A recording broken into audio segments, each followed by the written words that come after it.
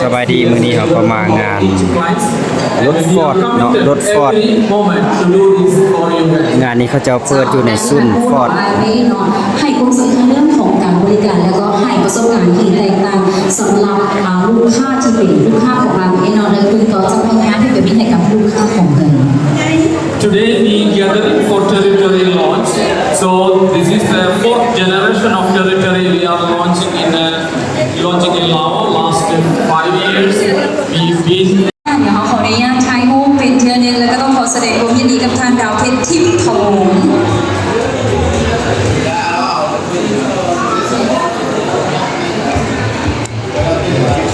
Well, once again, congratulations to our very first customer who just reserved the new Ford Territory 2026 in our event. Congratulations. ดาวเปอร์เซ็นต์ต้องมาดังอีกครั้งหนึ่ง Wow. ขอบใจหลายๆ We also have one more client. ขอบใจหลายๆขอบใจทางดาวเพชรเนาะเดี๋ยวยังมีอีกหนึ่งค่ะ We also have one more client. Who? Yes, please. Okay. เจ้าเอาเป็นว่าลำดับต่อไปเราต้องขอเชิญทางไซปัญญาเสกคำยองขอเชิญทางด้านเทิงเวทีเลยเนาะซึ่งว่าเพิ่นก็เป็นอีกหนึ่งค่ะลูกค้าที่ได้จองรถนิวฟอร์ดเทอริทอรี่ปี2016กับทางลาวฟอร์ซิตี้นั่นเองเจ้าขอเชิญMay I invite Mr. Stephen Gopoksen, the General Manager from Lao City, to hand over the key and flowers, also a bottle of champagne. เจ้าและนี่ก็คือโซนหน้าของลูกค้าทานที่สองที่ว่าเพิ่นก็ได้จับจองรถเป็น New Ford Territory ปี2016อย่างเป็นทางการกับโชว์รูมของพวกเขานะคะโชว์รูม Lao Ford City นั่นเองว้าก็ถือว่าเป็นการถอยรถรุ่นใหม่ล่าสุดว่าจะมีโครงการเปิดตัวเลยจะมาได้เนาะเจ้าขอบใจหลายทีมเซลล์ของเขานั่นเองเนาะ and now ladies and gentlemen the stage is set ตอนนี้ก็มาเบิ่งผู้สาวที่เขาจะลองเนาะอยากลองขับลองเบิ่งบรรยากาศ feel it touch it or even sitting in the car by yourself to see all features and function that the Ford Territory 2026 have. So I hope you like it and enjoy it. And for more information, do not hesitate to contact our sales team. So, and now I will let you enjoy the ride, and of course enjoy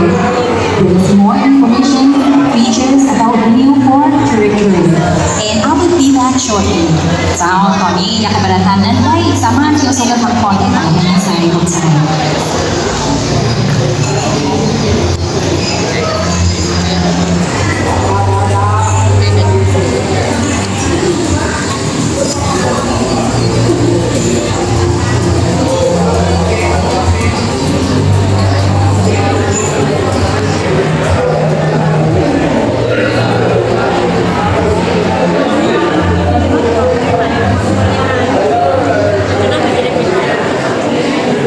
เป็นนางครับที่เจ้าน่ะลองดิแม่เขาจะทายนำคนไปท้าอยู่นะไป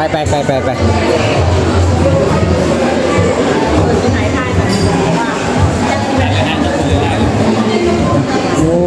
แบบทันสมัยเลยเนาะดูแลทันสมัยระบบจักร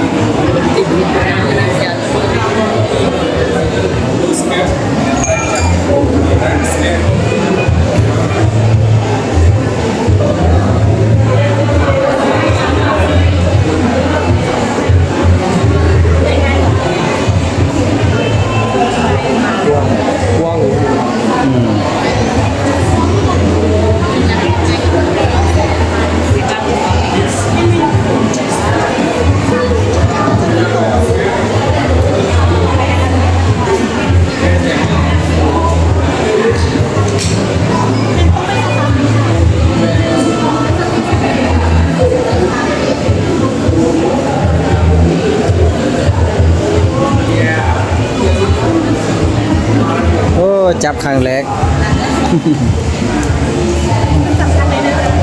กวางเนาะกวางบ่ทางด้านกับกวางแล้วก็ทันสมัยขึ้นอีกทุกคนเพิ่นเปิดโตในปี 2026 นี่เนาะ ถ้าว่าคนนั้นสนใจงานนี้ให้ย้ายไปลงรายละเอียดแล้วมันก็ได้ไม่ได้เขาที่เราสเปคให้ฟัง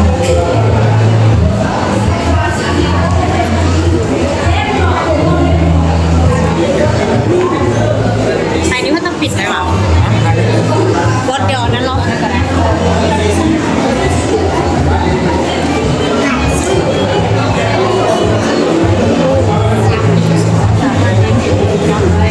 เป็นอะไรอ้ายถึกใจอยู่บ่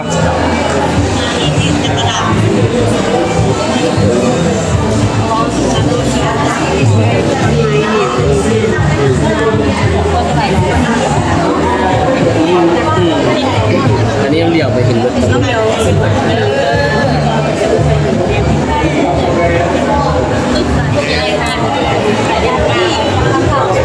หัวหน้าจัดจักขัน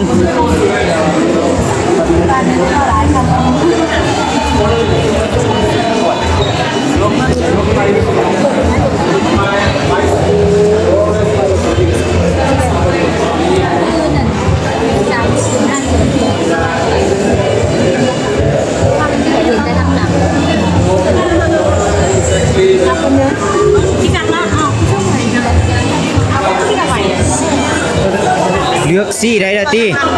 เลือกซี่ได้ละติมักซี่หยังเนาะเอาสีดำเด้อเอาสีดำล้างค่อยเปื้อน เอาสีใดจะได้สีเก็บมาคอ สีมะเคาะสีสีเก็บมาคอเดี๋ยวเราเพราะว่าคิดทางไหนเข้าไปว่าทางไหนแล้วล่ะทางไหนของตัวก่อนให้เพื่อนเพิ่งดูก่อนนะเราที่จะไปช่วยเอาให้เบิ้งกันไหน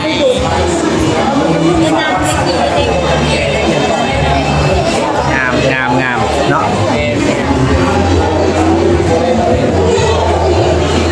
ผู้สาวงามมาเลือกเลยเอาสีหยังเนาะผู้สาว ก็ได้เดี๋ยวสีขาว สีข้าวอ่ะอ๋อสีมักสีข้าวเนาะ เพราะว่าวันนี้เธอใส่ชุดขาว ใส่ชุดข้าว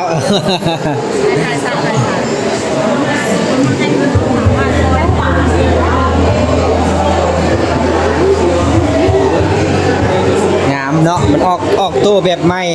ทันสมัยเลยทุกคนกว้างงามแล้วเป็นงานรีวิวรถฟอร์ดโอ้ผู้สาวงามเด้อที่จะเลือกผู้สาวนี่งามจะเอาสีหยังเนาะ ไม่ อ๋อมาเขาทำมางามเนาะเข้ามาอยู่ไหนนี่โอ้มันอัตโนมัติแบบทันสมัยเลยทุกคนเข้ามานั่งไหม โอเคมาได้เวลา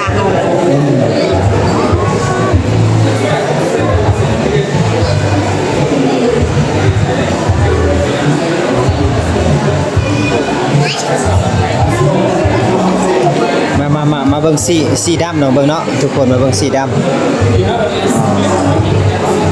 นี่ก็งามเนาะงาม